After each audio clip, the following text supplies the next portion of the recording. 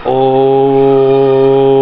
स्वस्ति श्री गणेशाय नमः। नारायणं पद्मभवं वसिष्ठं शक्तिं च तत्पुत्रपराशरं च व्यासं सुकं गौडपदं महान्तं गोविन्दयोगीन्द्रमथस्य शिष्यं श्रीशङ्कराचार्यमथास्य पद्मपादं च हस्तामलकं च शिष्यं तन्तोटकं वार्तिककारमन्यान् अस्मद्गुरुन् सन्ततमानतोऽस्मि। शङ्करं शङ्कराचार्यं केशवं बादरायणं सूत्रभाष्यकृतौ वन्दे भगवन्तौ पुनः पुनः। वसुदेवसुतं देवं कंसचाणूरमर्दनं देवकी परमानन्दं कृष्णं वन्दे जगद्गुरुं। गुरुर्ब्रह्मा गुरुर्विष्णु गुरुर्देवो महेश्वर गुरुः साक्षात् परं ब्रह्म तस्मै श्री गुरवे नमः। ओम नमो भगवते वासुदेवाय। ओम विष्णवे नमः। श्रावण मास कृष्ण पक्ष एकादशी व्रत कथा। धर्मराज युधिष्ठिर ने पूछा, भगवान श्री कृष्ण, हे गोविंद, हे वासुदेव, मैं आपको प्रणाम करता हूँ। श्रावण के कृष्ण पक्ष में कौन सी एकादशी होती है, उसका आप सविस्तार वर्णन कीजिए।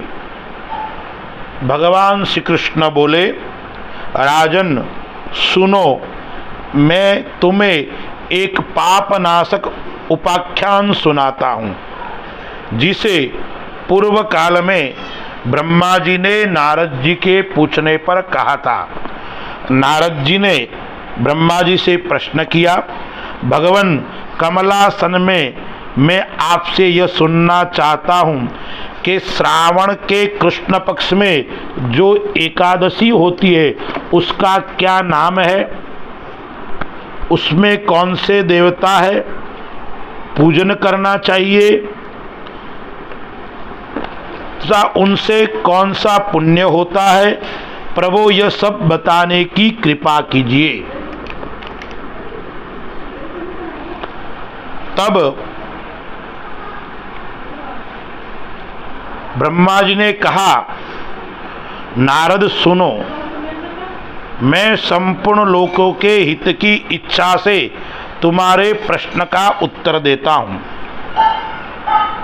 श्रावण मास में जो कृष्ण पक्ष की एकादशी होती है उसका नाम कामिका है। उसके स्मरण मात्र से वाजपेय यज्ञ का फल मिलता है। उस दिन श्रीधर, हरि, विष्णु, माधव और मधुसूदन आदि नामों से भगवान का पूजन करना चाहिए।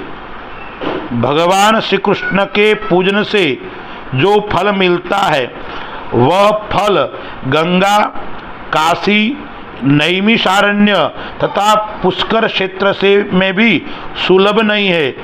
सिंह राशि के बृहस्पति होने पर तथा व्यतिपात और दंड योग में गोदावरी स्नान से जिस फल की प्राप्ति होती है वही फल भगवान श्री कृष्ण के पूजन से मिलता है।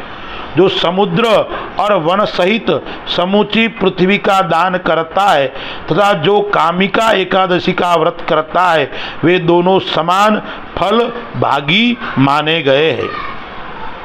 जो ब्याई हुई गाय को अन्य सामग्रियों के सहित दान करता है, उस मनुष्य को जिस फल की प्राप्ति होती है वही कामिका का व्रत करने वाले को मिलता है। जो नरश्रेष्ठ श्रावण मास में भगवान श्रीधर का पूजन करता है उसके द्वारा गंधर्वों और नागों सहित संपूर्ण देवताओं की पूजा हो जाती है।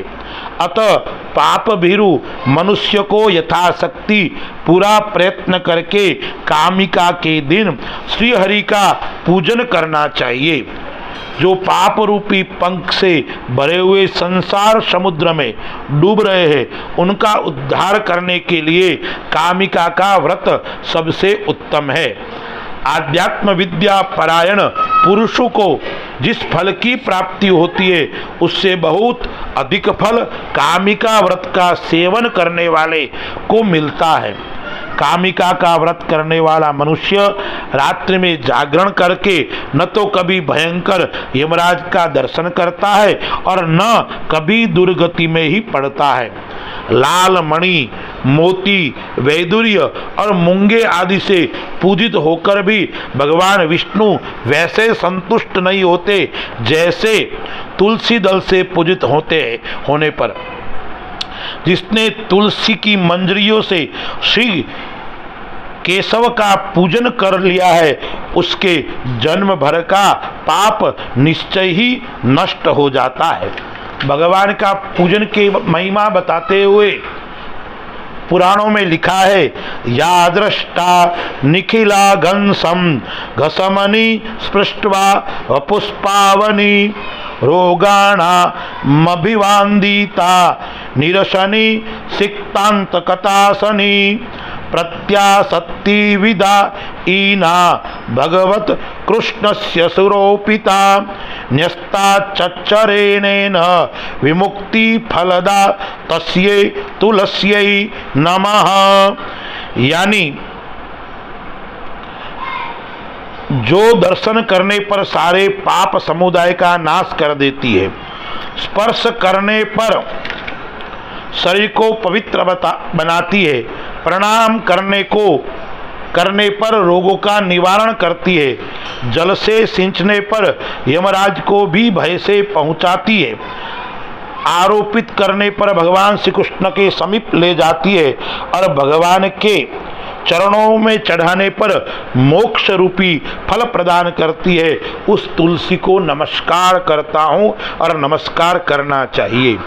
जो मनुष्य एकादशी के दिन रात दीपदान करता है उसके पुण्य की संख्या चित्रगुप्त भी नहीं जानते। एकादशी के दिन भगवान श्री कृष्ण के सम्मुख जिसका दीपक जलता है उसके पितर स्वर्गलोक में स्थित होकर अमृत पान से तृप्त होते हैं। घी अथवा तिल के तेल से भगवान के समान दीपक जलाकर मनुष्य देह त्याग के पश्चात करोड़ों दीपकों से पूजित हो स्वर्गलोक में जाता है। भगवान श्री कृष्ण कहते हैं, युधिष्ठिर, यह तुम्हारे सामने मैंने कामिका एकादशी की महिमा वर्णन किया है। कामिका सब पातकों को हरने वाली, अतः मानवों को इसका व्रत अवश्य करना चाहिए। यह स्वर्गलोक तथा महान पुण्य फल प्रदान करने वाली है। जो मनुष्य श्रद्धा के साथ इसका महात्म्य श्रवण करता है वह सब पापों से मुक्त हो श्री विष्णु लोक में जाता है। बोलो विष्णु भगवान की जय। कथा श्रवण के पश्चात आरती करे, प्रसाद का वितरण करे और भगवान के नाम स्मरण का उच्चारण करे।